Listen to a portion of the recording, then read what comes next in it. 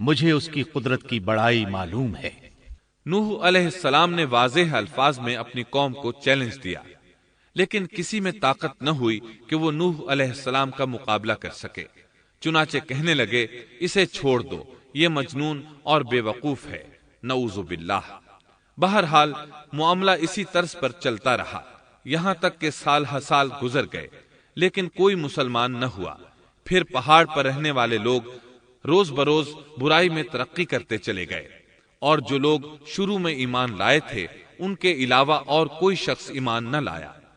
نوح علیہ السلام انہیں مسلسل دعوت دیتے رہے مگر بے اثر، یہاں تک کہ اللہ تعالیٰ نے نوح علیہ السلام کی طرف وحی کی کہ اب کوئی شخص ایمان نہیں لائے گا۔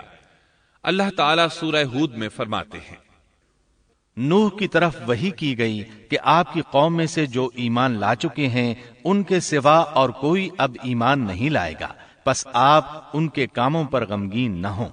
مطلب یہ تھا کہ آپ غم نہ کریں، اللہ کا حکم اب پورا ہونے والا ہے۔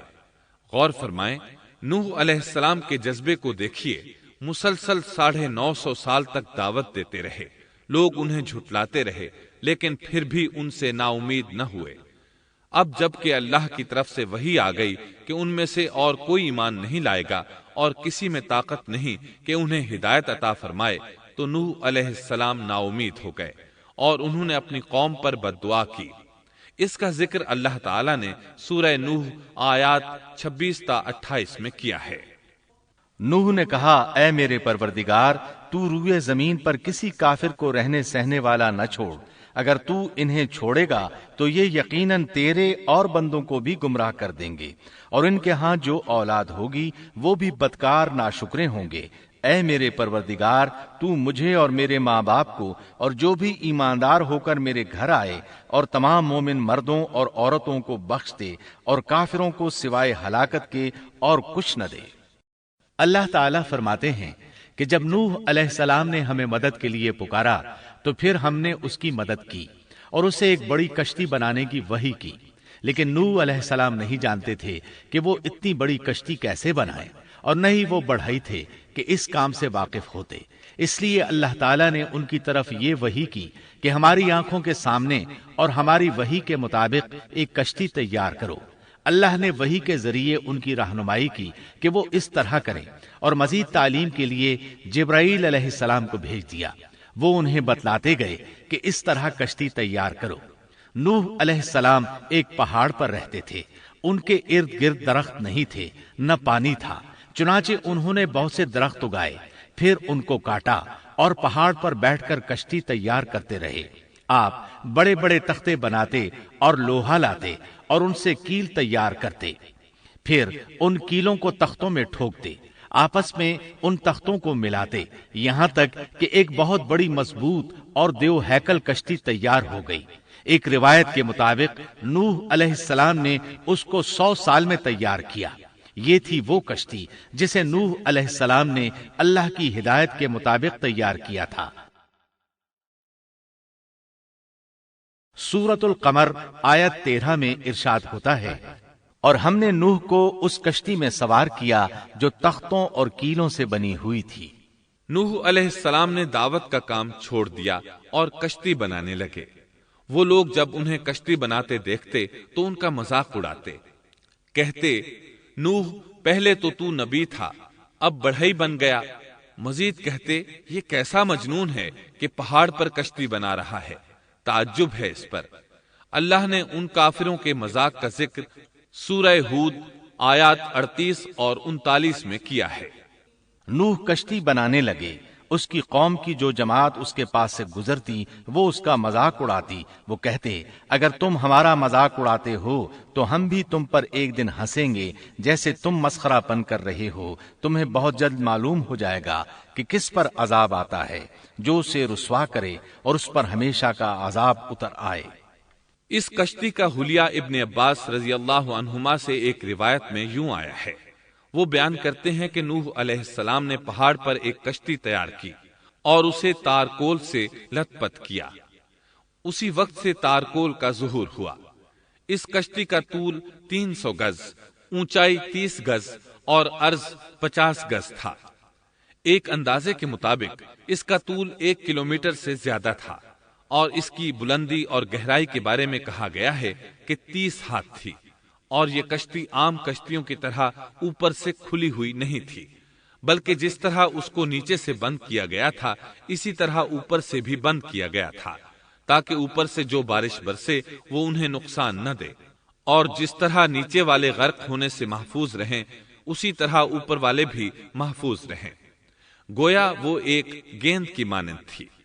اس میں الگ الگ 3 درجے بنائے گئے تھے، ہر درجے میں ایک دروازہ تھا، اور یہ 3 دروازے اس طرح تھے کہ ہر دروازے کے اوپر ایک دروازہ تھا۔ یہ اس کشتی کا حلیہ تھا، جس کے راوی ابن عباس رضی اللہ عنہما ہیں۔ یہ کشتی آج بھی موجود ہے۔ اللہ تعالیٰ نے اس کشتی کو بطور عبرت اور نشانی کے باقی رکھا ہے، جیسا کہ اللہ تعالیٰ فرماتے ہیں، اور بے شک ہم نے اس واقعے کو نشانی بنا کر باقی رکھا، پس ہے کوئی نصیحت حاصل کرنے والا۔ اس صدی میں علماء کے ایک گروہ نے اس کشتی کو ترکی کے ایک پہاڑ پر پا لیا ہے۔ اب وہ 2 ٹکڑوں میں تقسیم ہو چکی ہے۔ اس کا حلیہ وہی تھا جو بیان ہوا۔ اللہ کا فرمان سچا ثابت ہو گیا کہ ہم نے اس کو نشانی بنا کر باقی رکھا ہے۔ اس کے بعد طوفان آیا۔ اللہ تعالیٰ نے نوح علیہ السلام کو اس طوفان کے ظہور کی ایک نشانی اور علامت بتلائی تھی۔ نوح علیہ السلام کے گھر میں ایک تنور تھا۔ اللہ نے فرمایا، جب یہ تنور جوش مارنے لگے اور پانی اس سے ابلنے لگے تو سمجھ لینا اللہ کا وعدہ آ گیا۔ چنانچہ اس وقت مومنوں کو اور اپنے اہل و عیال کو اور زمین پر بسنے والے تمام جانوروں کا جوڑا جوڑا اس کشتی میں سوار کر لینا۔ تنور سے کیا مراد ہے، اس کے متعلق مفسرین میں اختلاف ہے۔ بعض کہتے ہیں کہ اس سے مراد ایک چشمہ ہے جو زمین سے نکلتا ہے، لیکن راجح روایات کے مطابق اس سے مراد معروف تنور ہے جس میں آگ جلا کر روٹیاں پکائی جاتی ہیں۔ یہ تنور نوح علیہ السلام کے گھر میں تھا، اور اسی کو اللہ نے طوفان کے آنے کی علامت بتایا اور فرمایا کہ جب یہ پھوٹ پڑے اس وقت ہر چیز کا جوڑا جوڑا کشتی پر سوار کر لینا۔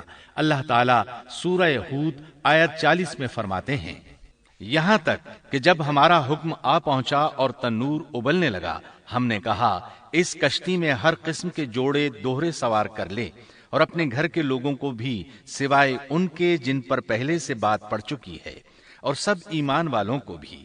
اس کے ساتھ ایمان لانے والے بہت ہی کم تھے۔ کشتی میں سوار ہونے والوں کی تعداد 80 بتائی جاتی ہے۔ چنانچہ جب تنور جوش مارنے لگا تو نوح علیہ السلام کشتی میں سوار ہو گئے۔ کشتی ان کی بستی میں لوگوں سے دور پہاڑ پر تھی۔ اللہ کی قدرت کہ تمام قسم کے جانور بھی کشتی کے پاس آ گئے۔ نوح علیہ السلام نے انہیں بھی سوار کر لیا۔ اللہ تعالیٰ سورۃ القمر آیات 11 اور 12 میں فرماتے ہیں، پس ہم نے آسمان کے دروازوں کو زور کی بارش سے کھول دیا اور زمین کے چشموں کو جاری کر دیا، پس اس کام پر جو پانی مقرر کیا گیا تھا خوب جمع ہو گیا۔ آسمان سے نازل ہونے والا اور زمین سے نکلنے والا پانی کتنا تھا، اس کا اندازہ اللہ ہی کو ہے۔ بہرحال اس پانی نے زمین پر رہنے والے انسان، چوپائے، حیوانات، غرض ہر چیز کو غرق کر دیا۔ اس بارے میں اللہ فرماتے ہیں، نوح نے اپنی قوم سے تنگ آ کر ہمارے حضور دعا کی، ہم تو ہیں ہی بہترین طور پر دعاؤں کے قبول کرنے والے۔ فوراً ان کی دعا قبول کر لی اور اس تکلیف اور ایذا سے انہیں بچا لیا جو انہیں کفار سے روزمرہ پہنچ رہی تھی، اور ان کی اولاد کو ہم نے باقی رہنے والی بنا دیا، یعنی انہی کی اولاد سے پھر سے دنیا آباد ہوئی، کیونکہ صرف وہی لوگ بچے تھے جو کشتی پر سوار تھے، اور ہم نے ان کا ذکر خیر پچھلوں میں باقی رکھا۔ نوح علیہ السلام پر تمام جہانوں میں سلام ہو۔ ہم نیکی کرنے والوں کو اسی طرح بدلے دیتے ہیں، وہ ہمارے ایماندار بندوں میں سے تھا، پھر ہم نے باقی سب کو غرق کر دیا۔ اللہ مزید فرماتے ہیں، جب پانی میں طغیانی آ گئی تو اس وقت ہم نے تمہیں کشتی میں چڑھا لیا تاکہ اس کو تمہارے لیے نصیحت اور یادگار بنا دیں، تاکہ یاد رکھنے والے کان اس کو یاد رکھیں۔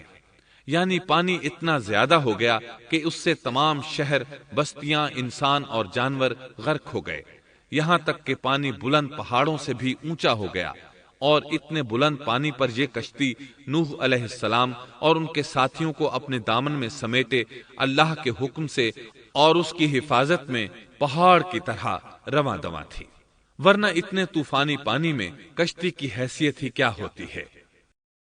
نوح علیہ السلام کشتی میں سوار ہوئے اور انہوں نے اپنے ساتھیوں کو حکم دیا کہ وہ یہ دعا پڑھیں، اللہ ہی کے نام سے اس کشتی کا چلنا اور ٹھہرنا ہے، یقیناً میرا پالنے والا بڑی بخشش اور رحم والا ہے۔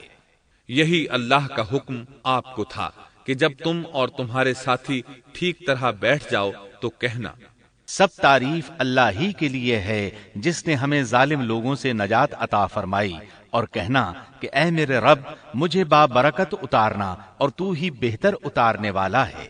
اللہ تعالیٰ نوح علیہ السلام کو نصیحت کر رہے ہیں کہ اللہ آپ کو اور آپ کے اہل کو نجات عطا فرمائیں گے۔ کشتی میں نوح علیہ السلام کے کافر بیٹے کے علاوہ تمام گھر والے سوار تھے۔ آپ کے کافر بیٹے کا نام کنعان تھا، وہ ایک طرف کھڑا تھا۔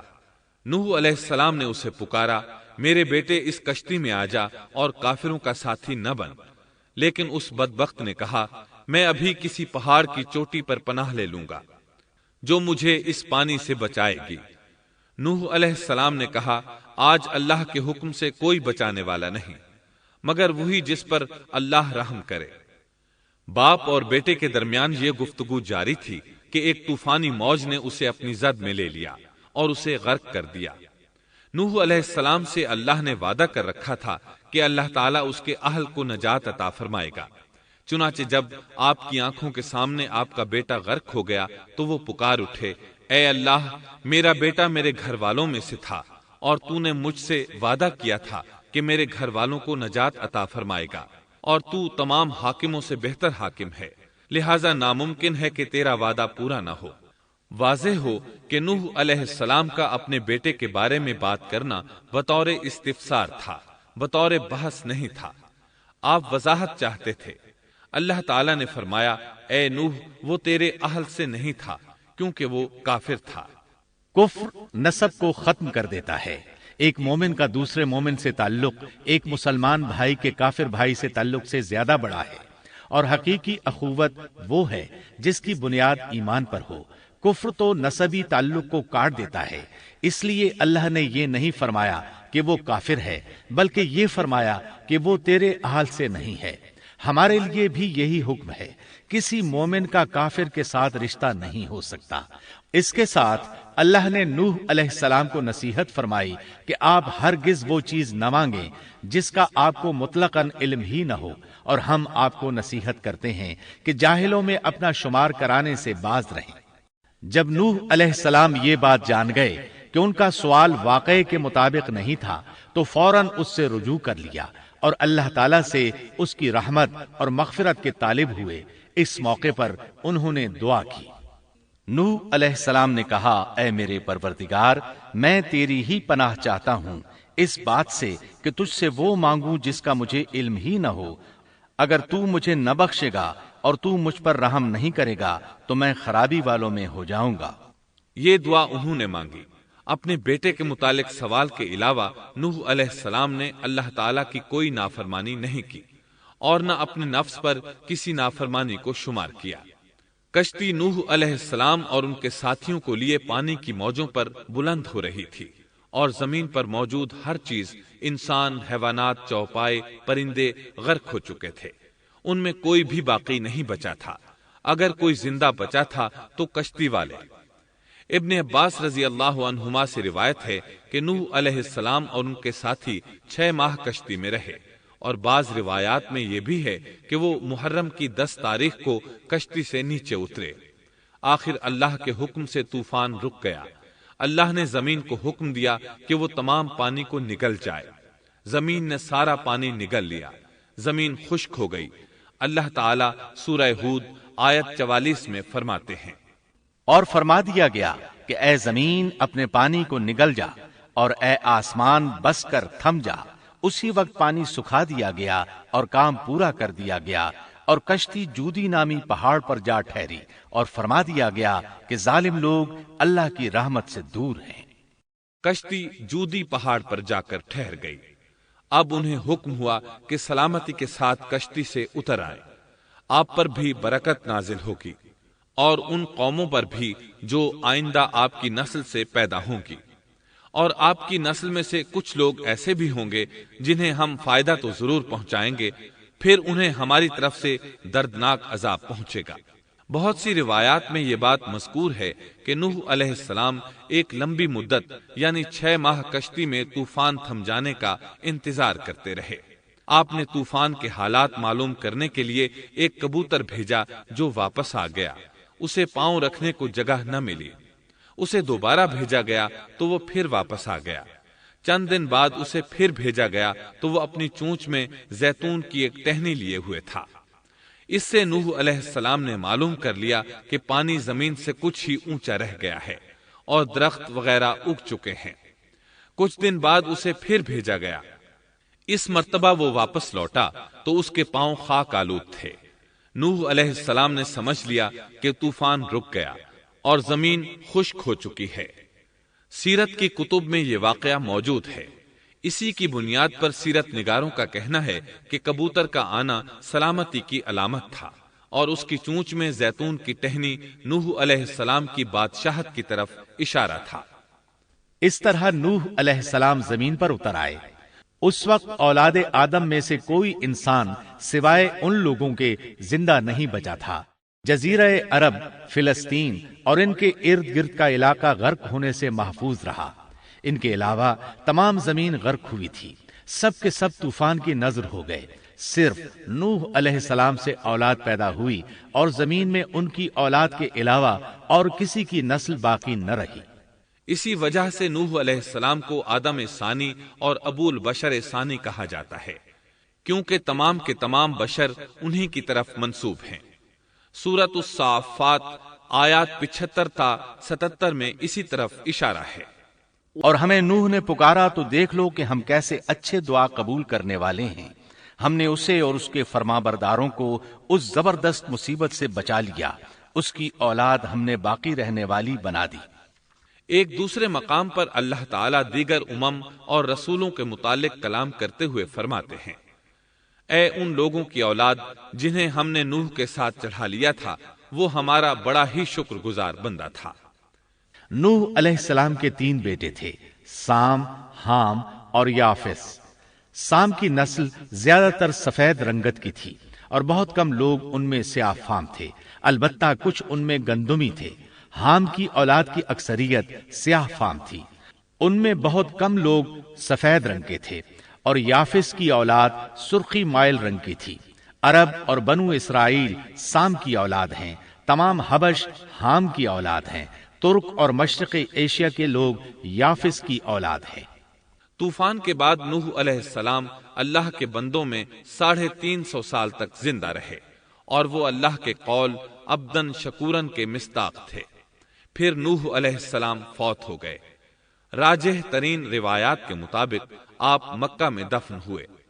ایک دوسری روایت کے مطابق آپ لبنان میں دفن ہوئے۔